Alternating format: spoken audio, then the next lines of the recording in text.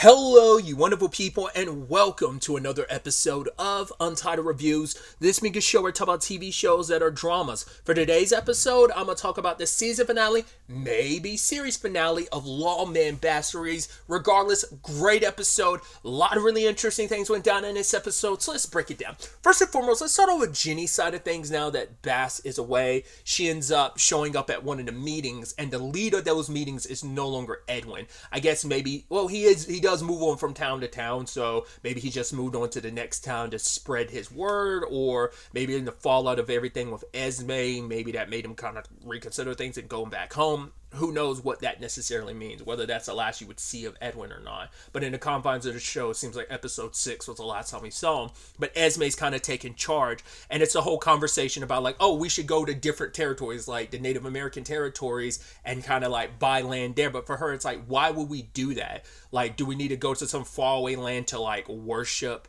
and worship the Lord? It's like, no, let's do it here, because you have black politicians and black figureheads in Chicago and Detroit. It's like, is their conviction, is their will of determination stronger than ours? It's like, no, then let's do something here. Let's build something. Let's build our Zion here. It doesn't have to be in some faraway land. This is our homes, and we will start here in Fort Smith. And it inspired people, especially Deputy Ike, who seems like he likes Esme, so there's probably going to be something on that front. You could tell Ginny was picking up those vibes, but the complicated thing is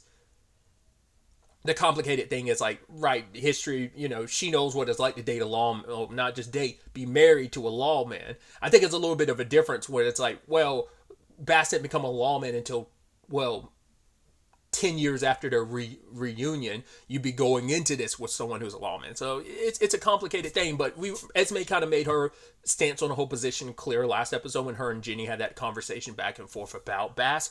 So I think that's going to be interesting. It feels like that's set up, but we don't really know where that will necessarily go. Once again, depending on whether or not there's a second season or not. But either way, sadly, no one shows up. No one was rallied up by... I mean, people are inspired, but it's not enough to make moves. Because I guess Sally doesn't have... not Sally, geez. I hope I haven't... Esme doesn't have, like, the sway, sadly, Edwin does. But it's also something that Ginny's like, yeah, you move some people, but just not enough for them to move away from silence. Because she even herself was like, yeah, she wants to... Like, she's not here for the fight because she enjoys the peace and quiet, and she doesn't want to bring, like, trouble to her doorstep. Sadly, trouble found its way to her either way. That guy was parked out front, because I thought this had something to do with that family. Which, I'll also talk about it, because I talked about it last episode. We didn't see that scene at all, the one that's in the trailer. So I mean, to be fair, stuff in trailers don't always happen. I feel like maybe I'm mistaken. I feel like more often than not, it'll be in a TV show. I mean, maybe that's also why last episode was shorter, because maybe they did straight up just cut stuff, because that whole sequence might have just gotten cut out of last episode for all I know.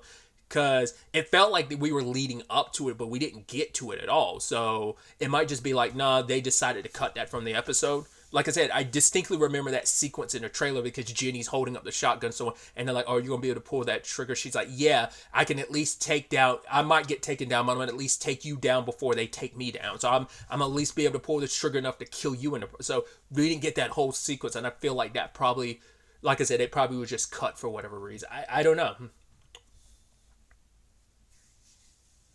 Maybe it was just a scene specifically for the trailer. That does happen, but like I said, I feel like that's more a movie thing than a TV show thing. But maybe it happens in TV shows too. I'm just not watched enough TV trailers to really pick up on that. But either way, when it's all said and done, Ginny gets an uninvited guest. I was so surprised to see Rachel Reeves, which is so interesting, because I brought that up, like, because we learned in episode 1 when Bass came back to look for Ginny that he learned from Rachel, like, oh, like, George is in the politician, like, lane. I was like, oh, I was so certain that we'd have those. I'd actually kind of forgot about that until she popped up. I was like, all right, because I was kind of expecting that to be a through line of eventually them crossing paths. George now a politician, his former slave now being a lawman, like how that would come.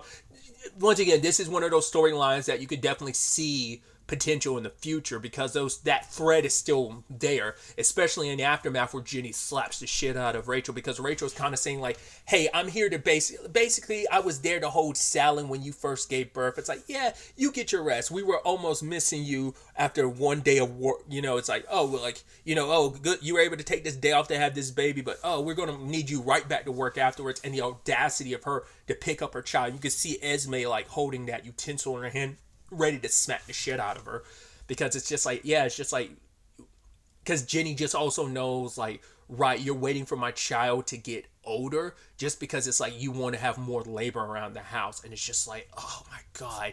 And so to see the shoe on the other foot now, it's like all these years later, I'm free, I have a home of my own. But she's talking about, yeah, like George, and not just him, there's plenty of folk who are going to be coming for your land because the laws are changed. She's like, no, I'm not wretched, I'm not trying to like hurt anyone. She's like, I'm here offering the good grace of you guys can come back home, and you bring your kids and they'll be a fine, it's like kind of like, oh, like it's almost like, oh, you ran away from home, but don't worry, home is here waiting for you. It's like treating Jenny like that.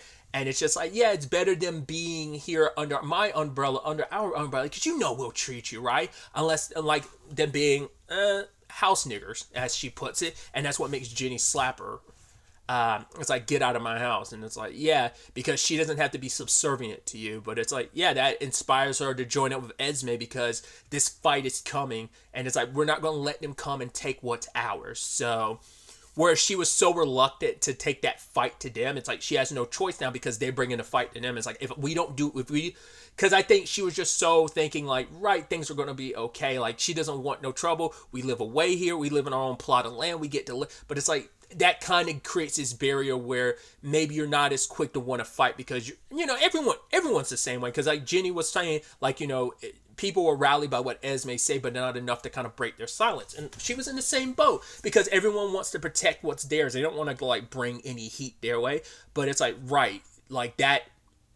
I wonder if she ever going to tell Esme about her showing up the way, Rachel showing up the way she did. So that inspired her to be like, no, we are going to take this fight. We have to. We're not going to let them take what's ours. So that's very interesting circumstances on that front. So I'm curious, will Sally and Arthur ever meet again type of situation? That'd be interesting. But then we circle over to the Bass, Billy, and Cheryl situation where they end up tracking down this guy. I love that Bass has this interesting conversation with this little boy where he's like, are you a lawman or an outlaw? And he's like, today a little bit of both. And the kid was like, my dad said you're always both. And he's like, your dad's a smart guy. He's like, everyone's got a little bit of that darkness, a little bit of that evil in them. Every human is capable of it. Just some have a little more of that darkness in them than others. So it's kind of something he's learned along the way. And I think that's something he's really, coming to terms with and confronting a lot these past episodes. But him, Cheryl, and Billy end up kidnapping a guy. It's a guy who's connected to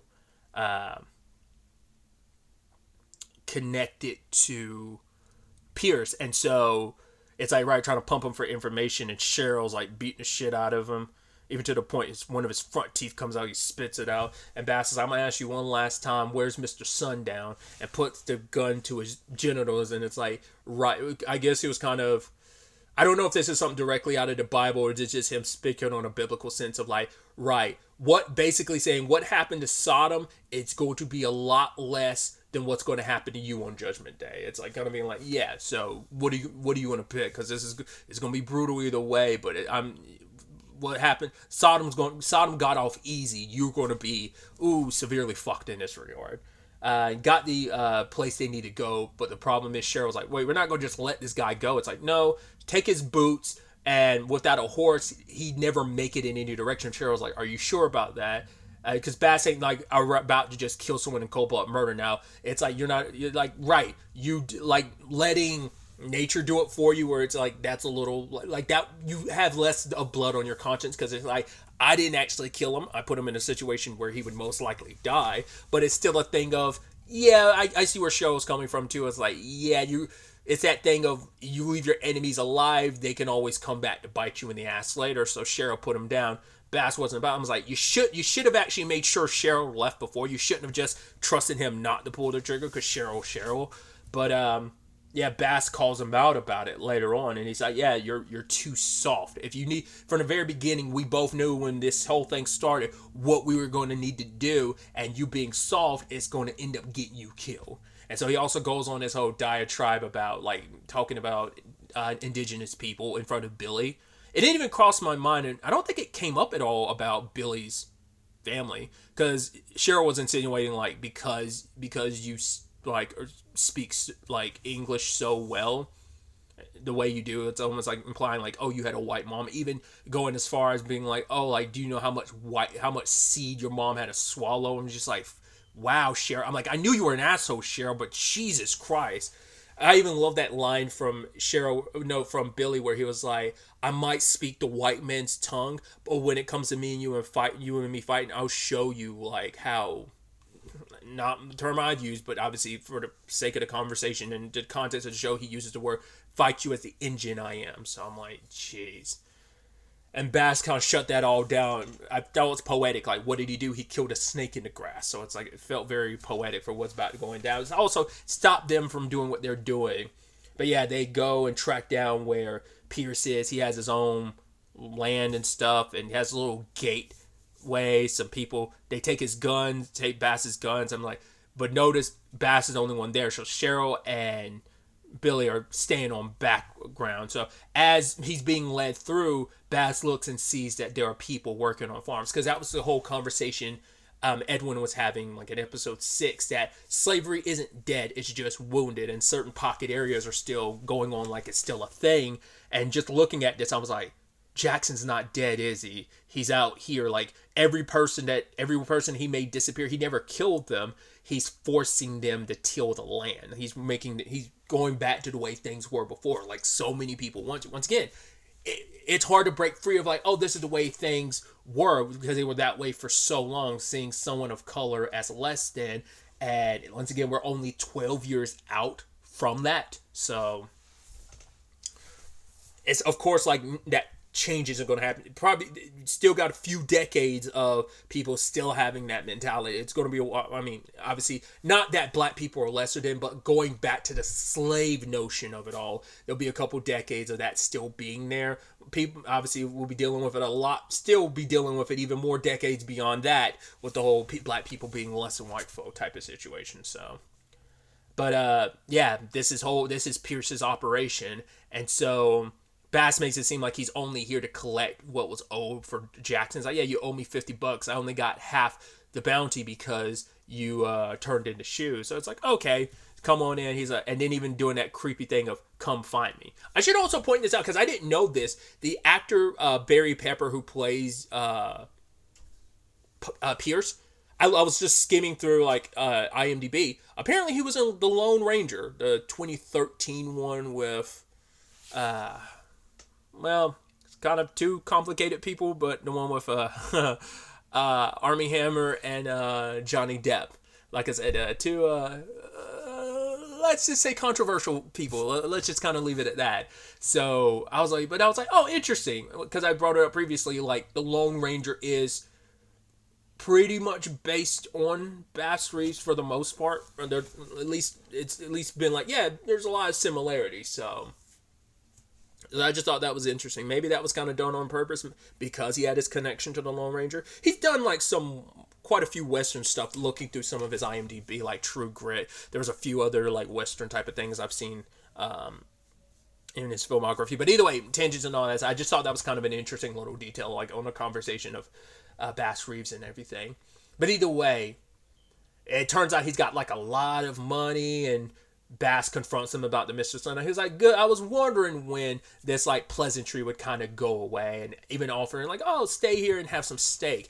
And I thought it was weird when he, like, because Bass was sitting in a very specific seat, and Pierce puts the steak down in a very particular seat. I'm like, why would you do that? I was like, are you trying to make him sit closer to you? Is that what it is? Because I figured you were going to sit at the head of the table, but I was like, I didn't get it. And so when Bass sits down, he sees out the window directly in front of him is Jackson hanging up, kind of like a cross. I was like, wow. and just no mincing words, kind of like being clear, like, yeah, this is what it is what it is type of thing, and just talking about, obviously this operation that he's built for himself.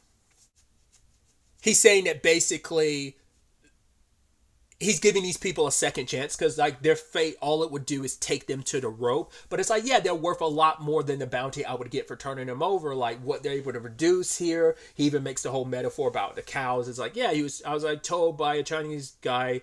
Not I specifically chose that phrasing because he used the term Chinaman, but he was like, oh, I was told you need to scare the meat to make it more tender. And even the conversation being like, oh, he was most likely, obviously the racist element of it. Once again, it's the time period, so like I can't shy away from the dialogue of, oh yeah, he most likely was talking about a dog, yada yada, so on and so forth. Let's move past that. But it wasn't just applying to the.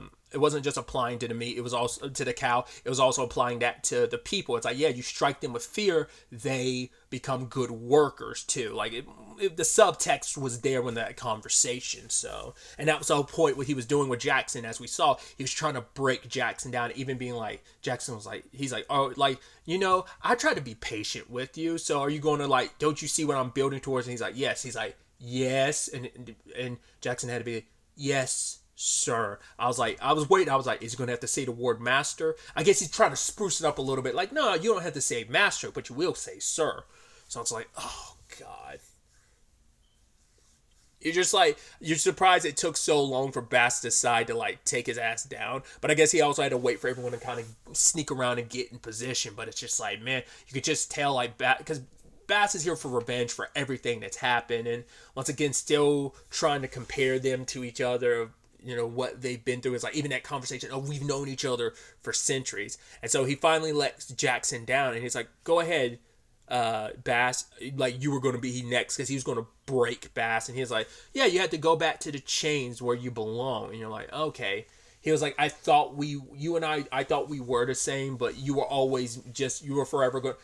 I think for him, he just saw like, I thought we were the same and we had that beast inside of us, but you deny so much of who you are that I don't know if he was like, I guess it's just, I'm disappointed. I thought you were more than what you are, Bass, but you let that badge weigh you down, whereas I let my badge set me free. It's like he got to embrace being the monster that he is, because he's like, you're the real monster. He's like, yes, of course I am. And I think for him, it's like, yeah, I'm the monster I am, but you're back in a position where you belong, because that's more fitting considering all you do is have a conscience with that badge, whereas I don't feel that guilt. So, but before they could do anything, Billy took his shot and sniped one of the guys. I even love Cheryl being like, God damn, kid. It's like, yeah, you know about Billy. And so they end up taking down his men one by one. I love the one guy that was on like top of Bass. I was like, oh boy, Jackson's going to get him. And Jackson does. I'm like, yeah. It's like, oh, once again, just love me some good payback, dude. I forgot what I was watching recently that made me get so excited, because I was like, oh, hell yeah. Like I was getting so pumped for payback. I don't remember what it was I was watching recently. It's something super, super recently. Oh, I think it was Reacher. I love me some Get Back. Oh yeah, like season 1's finale, there was a lot of good get back. I was like, oh, I get. That's the most satisfying thing in a revenge story is get back. It's like, oh, it's so good. But either way, it felt good, and so Bass is going after Pierce, and Billy and Cheryl are taking down the other people, and sadly, Cheryl ends up getting caught in a bear trap, and his leg gets broken in the process. He ends up killing one last guy protecting Billy, and he actually tells Billy, like, go on ahead. Like, the fact of the matter is, if the amount of blood I lost ain't going to get me, I'm eventually get sick and a fever will. So he ends up going out on his own terms, even giving Billy his badge, being like, hey, I might not be the greatest person, and I talk a lot of shit about your people, but you, kid, you got a future as a deputy marshal. And gives the badge to him and tells him to go. And next thing we see, cocks his gun, puts it in his mouth, and pulls the triggers. Wasn't expecting that end for Cheryl, but I think Cheryl was looking for his end. I think it was that thing almost like I was here on borrowed time anyway. The whole the whole discussion him and Bass had in episode 2 about like his wound on his head and almost getting scalped. Like it I think for him is like I've always been more on borrowed time, and if I'm gonna go out, rather go out on my own terms. I'd rather go out swinging, shooting, being me. You know. It ends up coming down to it. Bass ends up killing one more dude, and that place where the cow was, like the cows were, the wolf wasn't there anymore. I was like, please let that wolf be responsible for. I was like, I hope Bass doesn't have to put the wolf down because it's coming after him. That was kind of surprising. I was surprised that he's like, oh, this wolf is at home, but I guess like Pierce looked at himself as the wolf, and the rabbit that was being fed to the wolf that Bass had to feed to the wolf. It's like, oh, you were the rabbit in a cage, but even though he claimed for you to be. Once again, I think it goes back to that parallel of like, yes, I'm the wolf in this situation. You were supposed to be another wolf, but it turns out you're just a rabbit in a cage. And it's like, yeah, this rabbit ain't getting caged up, and ends up biting back. And he ends up putting Pierce down. And the whole conversation, what was it? Does that line he said, be the light in the storm, and Bass saying like death is the only light in the darkness, and puts Pierce down. So I was like, I don't know, it's like, it's satisfying, but also not satisfying enough, because you want the bastard to suffer more. Like him having his villain line at the end, just being kind of like accepting of it. It's just still like, it's not enough. It's like, you needed to suffer more for what you did, but it's like, you're dead. Dead is dead. So why get so caught up in the, like, Bass ain't the type to like lead that on of like, oh, let me torture you and stuff. It's like, no, I'm gonna put you down like the rabid animal you are. And how poetic it is that the wolf is there just free, so just does nothing. I guess it just kind of goes on its own of like, maybe the wolf recognizes something in I mean, like the whole like, oh, that animal instinct of like, especially because Pierce had that whole conversation about it, you know, took a while for him to kind of he came to recognize that humans are no better or no worse than the animals that we hunt, corral, and consume. So I think that there's the parallel there. But like I said, I was kind of hoping the wolf would take a bite out of Pierce, or like Bass would leave him there and the wolf would rip him apart. I was hoping that would be the case. But to be fair, it's not like it was fed earlier, so it's, you know, I think because a started off wolf will attack you, sure, but you know, one that's fed probably won't go out of its way to like attack a human. It'll probably, I'm not, because I don't want to give wolves a bad name, because I love wolves. I kind of got someone jumped down my throat in the past because of a show and its treatment of wolves and stuff like that, and I guess because my commentary in the episode made it seem like I don't know. It's been a while. I don't remember the person's. They want a whole diatribe. It's a whole thing. So, but it's just like, once again, like, wolves are my favorite animals. I think they're so cool. But I think generally speaking, wolves don't bother people unless you're in their territory, like, or they're starving. Like, I mean, any animal starving will like go for the jugular when it comes to any prey entering its territory, you know. But either way, it's all said and done. They ended up freeing all the people on this plantation, because not mince words, that's what exactly it is. And so Bass ends up gathering up all the money. I was like, there's no way he's going to take any of that for himself. It's for them to have a fresh start. So he ends up giving it all to Jackson and had him lead the people. He's like, yeah, go to Kansas. That seems like a good place to start. I even love that line from Jackson where he's like, no one will know what you did today, that you made history today here, Bass Reeves, and kind of leads the other people. Gave him the rifle and everything, so him kind of taking charge. It's poetic, because obviously a lot of these people are criminals. Bass ain't gonna, it's like, right, they're already believed to be dead men anyway, so, I mean, why, you know, this is Bass's justice in a lot of ways, because it's like, you know, justice isn't so black and white, even though for a lot of people it would be very specifically black and white in this context. But it's just like Bass letting them all go. Once again, they're dead men, and they were put in a situation they were. So it's a combination of doing what he did for himself and what he wishes to do for so many others. It's just, this is Bass's justice. And I think it's a justice that, yes, he's got blood on his hands, but doesn't make up for everything. But I think for him, this is a step in the right direction of feeling, I think, whole again for the first time in a while. And he ends up giving Billy, like, he told him, like, no, you're going to need that badge, and I'm going to tell Judge Parker that you deserve it. And so he also gives Billy that crystal from Pierce's safe, and it's like, yeah, use it to go buy that girl of yours. Let's stop by there, and you can buy that girl of yours a ring or whatever. I was like, that's pretty dope.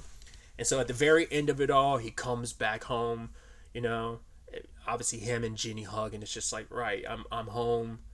And he's like, and she's like, so am I. And he's like, all of me. And she is like, me too. I think she got a lot of, I think, especially after this episode, I think that fight got sparked in her. And she finally sees, I think, the light in her husband's eyes that she kind of hasn't seen in a while.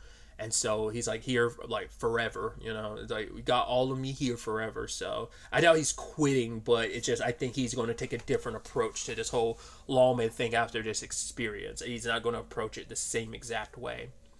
That darkness is still there, but it's just a question of, once again, that conversation of the wolf inside of you, which one are you feeding? So, and just the end where she was playing the piano and Bass just like we see scenes and shots of characters for over the course of the show, and just end on what it ends on, just him with his family. It's a beautiful ending. So this is where we get into the territory of, will this be the season finale, series finale? It's unclear at this point in time. I saw somewhere that was kind of saying like this might be a series finale for Bass Reeves, but not for Lawman, because it could be an anthology series. I don't know what article I had come across that suggesting like this could be like an anthology that every season could be like a different historical Lawman type of thing. They were kind of keeping it in the Western front. I think it'd be interesting to kind of see other, I don't know.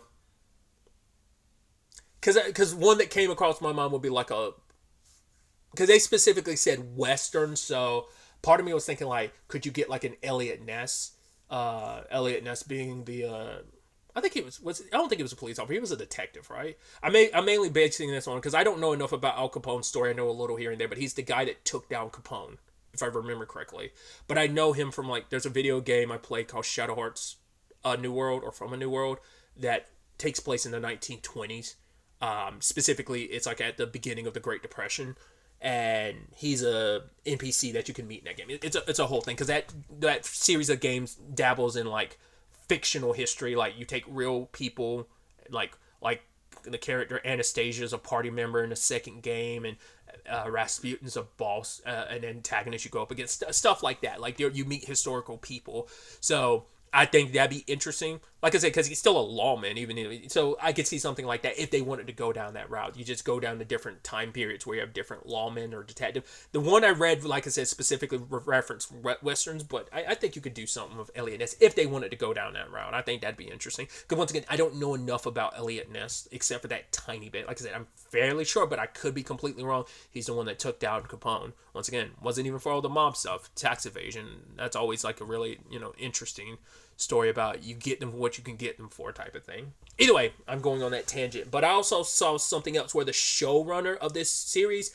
says he'd love to do a season 2 because he's like, there's enough meat on the bones, his words specifically, that he could, I think it was from an article in The Wrap, that he was saying like, yeah, I could, there's still enough room. I'd love to come back for a season 2 because there's so much more of the Bassett story. I won't spoil it what it is, but there was a storyline that he says like obviously happens to the real Bass Reeves. He's like, there's a story beat that I think it'd be interesting to do because there's a lot more to Bass's later life and stuff. Because I also always bring up, this show is based on novels, and once again, I haven't read the novels, so I don't know if it's like is it more true to history, or is it a very fictionalized thing of like, right, here's some figures, but we're going to fictionalize the history? Like, that's what I'm curious about. But like I said, this is based on 2 of 3 books. I don't know if it covers everything in the second book or not. And because maybe the third book covers his later life up until his death type of situation, or his later career as a lawman. Because this is only 2 years into him being a deputy marshal. So like I said, there's so much more story, more time between him and Billy, stuff with his family, especially the way, once again, the laws being set up what they were. There's still more story to tell on that front, and where the Reeves family stands in the aftermath of all of that, and what happens next for the Reeves family. So there's plenty of story to tell on that front. And like I said, in conjunction with, there's still a third novel they could be pulling from as well. So, and once again, I don't even know if that even covers all of the later parts of Bass's story. Maybe it'll cover some of it. So we could potentially see a season 2 if it gets the opportunity. Or like I said, maybe this will be an anthology. So I don't know what I'm even going to label this title-wise, season finale, series finale. I'll probably go season finale for now. And if it gets confirmed later on, they're doing an anthology. Which, I mean, I guess even if they do, there's always a possibility they could, like, do an anthology, like another series, but always circle back to doing a season 2 for Bassery specifically. I don't know. There's a lot of interesting ways this can go if they decide to. If they decide to make this one and done, I'm perfectly fine with that. But like I said, the opportunity to be a anthology is really interesting. Like I said, I only saw one article specifically referencing that, so I don't know if that's been confirmed by Paramount either. So I think nothing's been set in stone yet, but just throwing out the possibilities of where things could kind of go from here. So I'd be like, if we don't get either, like whether it's an anthology, even if it's like, hey, this is the end, but we kind of do an anthology thing, I'd be fine with that. If we get a season 2, I'd be totally fine with that too. If we kind of get neither, I'd also be fine with that. So whatever option they decide to go down these 3 routes, I'm perfectly fine. So, but I'd be more inclined to. If I could, I'd have 1 and 2. I'd have there be an anthology to the Lawman series, but I'd also love a season 2 to this. So that's just me personally. But like I said, I'd be more accepting and okay if they decided to go down like, no, this is just it all across the board, Lawman wise or even Bassery wise. So. But if this is the end, just in case, I want to thank everyone for being a part of such a great show. Once again, I'm starting to kind of been in a more Western kick recently. I've been okay with Westerns, but I think I've probably ended up watching a little bit more here and there. But yeah, just like great performances all around. Very great performances and stories and stuff. So yeah, especially because, once again, I know very, very little about Bassery. So kind of getting this opportunity to learn a little bit more. Once again, it comes into that conversation of, well, how much is like historically factual, how much is just, modern day storytelling fiction, that whole back and forth. But either way, if this is the end, I wish everyone involved, front of the camera, behind the camera, the best in any future endeavors, whether that is the future of this show or some version of this show in the future, or whether just any other unrelated projects in the future. I wish everyone the best in their future endeavors. So. But really, that's all I wanted to talk about. Until the next time we meet, be happy, be safe, live life to the fullest, and enjoy it. Good day, and goodbye.